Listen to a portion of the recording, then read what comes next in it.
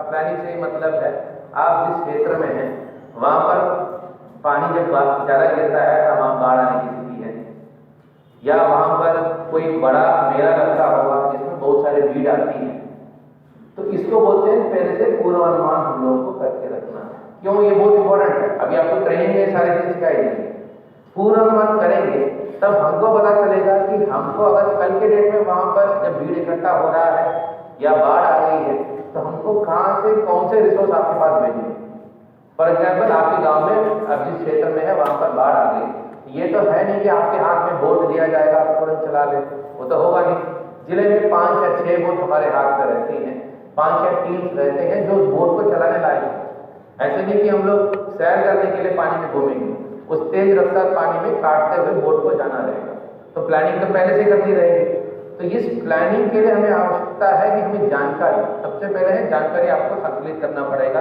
तो सबसे पहले डिजास्टर मैनेजमेंट में आपको आपके क्षेत्र में पूर्व साल में, पिछले सालों में जो भी आपदाएं आई होगी या भीड़ इकट्ठा होती होगी, जो भी आपको आपदा हो सकती है जो आपको लग रहा होगा, उसको पहले लिस्ट कर लीजिएगा। सबसे पहला है वो लिस्टिंग कर लेंगे तो हमें आइडिया रहेगी कि यहाँ पर कोई भी एक आपदा हो सकती है नहीं हो सकती, ये पता चलेगा। ये पहला पार्ट हो जाता है प्लानिंग। दूसरा पार्ट होता है तैयारी का पार्ट होता है। अब दूसरा पार्ट है जब आपदा आ जाती है तब आपको करना क्या है। सबसे इंपॉर्टेंट है जब कोई भी आपदा आ जाती है सबसे पहले आपको कम्युनिकेशन मेंटेन करना है। क्या होता है कम्युनिकेशन का मतलब है कि वहां पर पानी घुसने लग गया है, ये सूचना जिला तक आने तक उसके अंदर पता चला कि गांव तक पानी आ गया। तो ये जो इंफॉर्मेशन कम्युनिकेशन है इसको हमको स्ट्रेंथन करना है। तो यहाँ पर आपको बहुत सारे जब ट्रेनिंग के टाइम पर आपको बहुत सारे लेवल्स के बारे में बताया जाएगा। आपको जैसे जानकारी मिलेगी तो आप किसको सूचित करेंगे, वहां पर कंट्रोल रूम होगा, वहां से कहाँ जाएगा जानकारी। तो हमारे पास विभिन्न लोकेशन से हमारे पास आएंगे और हमारे पास डेटा संकलित होते जाएगा। तो हमारी जो टीम रहेगी, और एक एग्जाम्पल के तौर पर बोल रहा हूँ, चाचौड़ा में पार्वती नदी अगर उफान पर चल रहा है, अचानक मुझे जानकारी मिलती है तो यहाँ से टीम जाने में 1 घंटा लगेगा, यहाँ पर टीम को मोबिलाइज करके भेजने में। लेकिन पानी का स्तर बढ़ने लग गया है, जैसे बढ़ने लगी ये जानकारी हमको मिलने लगी है तो हम टीम को आधे दूर में डिप्लॉय करना शुरू कर देंगे। रावगढ़ में डिप्लॉय कर दिया या चाचौड़ा में एक जगह में डिप्लॉय करके रखेंगे। तो ये होता है प्लानिंग के कारण आपका जो रेस्क्यू ऑपरेशन है वो सबसे महत्वपूर्ण और आसान तरीके से हम लोग करा पाएंगे। और रेस्क्यू में सबसे इंपॉर्टेंट ये है कि किसी भी हालत में हमको किसी भी हमें लॉस ऑफ लाइफ नहीं होना चाहिए, यानी किसी की कोई डेथ नहीं होना चाहिए। इस पर हमें कॉन्सेंट्रेट करना है। इसका मतलब ये भी नहीं है कि हम लोग शक्तिमान बनकर अंदर घुस जाए पानी, ये कभी भी रिस्क मत लेना। अपने आप को भी आपको केयरफुली मेंटेन करना है, मतलब अपने आप को बचाव रखते हुए ही आपको हेल्प करने का है।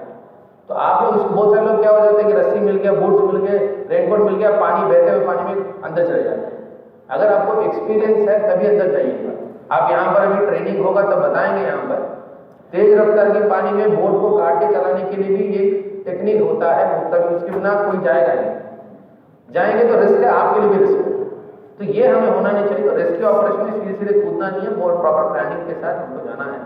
और दूसरा पॉइंट जो इसके सामने जो कहा था गोल्डन होगा, इमीडिएटली कोई घटना हो रही है, इमीडिएटली सूचना मिल जाएगा तो हम लोग इमीडिएटली उस पर रिस्पॉन्ड कर पाएंगे। तो ये प्रॉपरली आपको रेस्क्यू कैसे करें, रेस्क्यू के बारे में आपको भी बताया जाएगा। आपको ये नहीं बताया जाएगा कि रेस्क्यू आपको अंदर जाना है, बस बेसिक चीजें की इन्फॉर्मेशन समय पर हमें मिल जाए। पहले से प्लानिंग का डेटा है हमारे पास, पहले से हमारी टीम डिप्लॉयड होगा, हम लोग इंश्योर करेंगे। आप लोग सोचिएगा पिछले साल जब बाढ़ आई थी उस टाइम पर एक ही टाइम से लगभग हमारे पास 10 से 15 लोकेशन से हमारे पास डिस्ट्रेस कॉल्स आ रहे थे कंट्रोल रूम में, साहब यहाँ पर पानी बढ़ रहा है, पानी बढ़ रहा है। हम कहाँ भेज पाएंगे, हमको प्रायोरिटी सेट करना पड़ेगा। जहाँ पर संभावना है कि लोगों की डेथ हो सकती है, ऐसे लोकेशन हमें छांट के निकालना पड़ेगा। और वो कैसे निकालेंगे, जब तक आप ग्राउंड लेवल से हमें इन्फॉर्मेशन नहीं मिलेगा। तो इन्फॉर्मेशन बहुत की है सेंटर मामले के लिए। एंड थर्ड पॉइंट जो रहता है, हम लोग जनरली भूल जाते हैं, पहले था प्लानिंग, सेकेंड पार्ट आपका था रेस्क्यू ऑपरेशन, और थर्ड पॉइंट था रिकवरी। रिकवरी यानी आपने तो चलिए बाढ़ में फंसे हुए लोग थे, घर में फंस गए थे, पानी चारों तरफ से घेर दिया था, लोग को लेकर आके तो आपने सेफली रख दिया।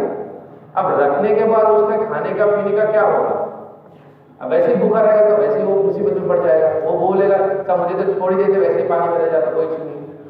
तो उसके लिए हमारे पास प्लानिंग करना पड़ेगा। हम लोग यहाँ पर टेम्पररी रिलीफ कैंप्स ओपन करते हैं, तो इसकी भी प्लानिंग पिछले साल हमने बहुत सारे relief camp open parallelly open किए थे।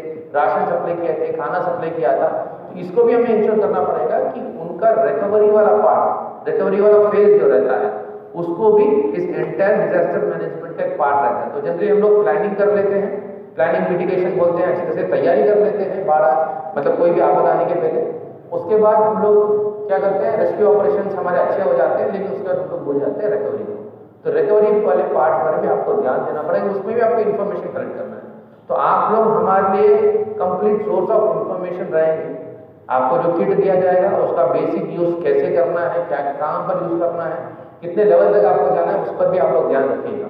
अगर आपको ट्रेनिंग में बहुत सारी चीजें सिखाई जाएगी और एक बार जब ट्रेनिंग हो जाएगा तो उस पर भी बहुत सारे आपको क्वेश्चंस रहेंगे, क्वेरीज रहेंगे, तो भी डिस्कस करवाएंगे। लेकिन एक होमवर्क आप जरूर पैरेलली कर सकते हैं, वो है कि आपके यहाँ पर आपके क्षेत्र में जहाँ पर भी आप जिस भी क्षेत्र में, वहाँ पर पिछले सालों में कहाँ बाढ़ आई थी, कब कोई बड़ा मेला लगा था, कब कोई अगर कोई दुर्घटना हुई होगी तो दुर्घटना कब कब हुई है, ये सारी चीजें एक बार आंकलन करके रखेंगे तो एक आइडिया रहेगा। तो इससे हम लोग इफेक्टिवली किसी भी आपदा को मिटिगेट कर पाएंगे। आपदा होती है, हम उसको रोक नहीं सकते, लेकिन उसको मिटिगेट यानी उससे बचाव करा के या उससे नुकसान ज्यादा ना हो, उससे कैसे निकल जाए, वही रहेगा इस एंटायर ट्रेनिंग का उद्देश्य। तो उसको आप लोग अंडरस्टैंड अच्छी तरह से कर लीजिएगा और हमारे लिए हमारी टीम ऑलवेज आपके लिए अवेलेबल रहेगी।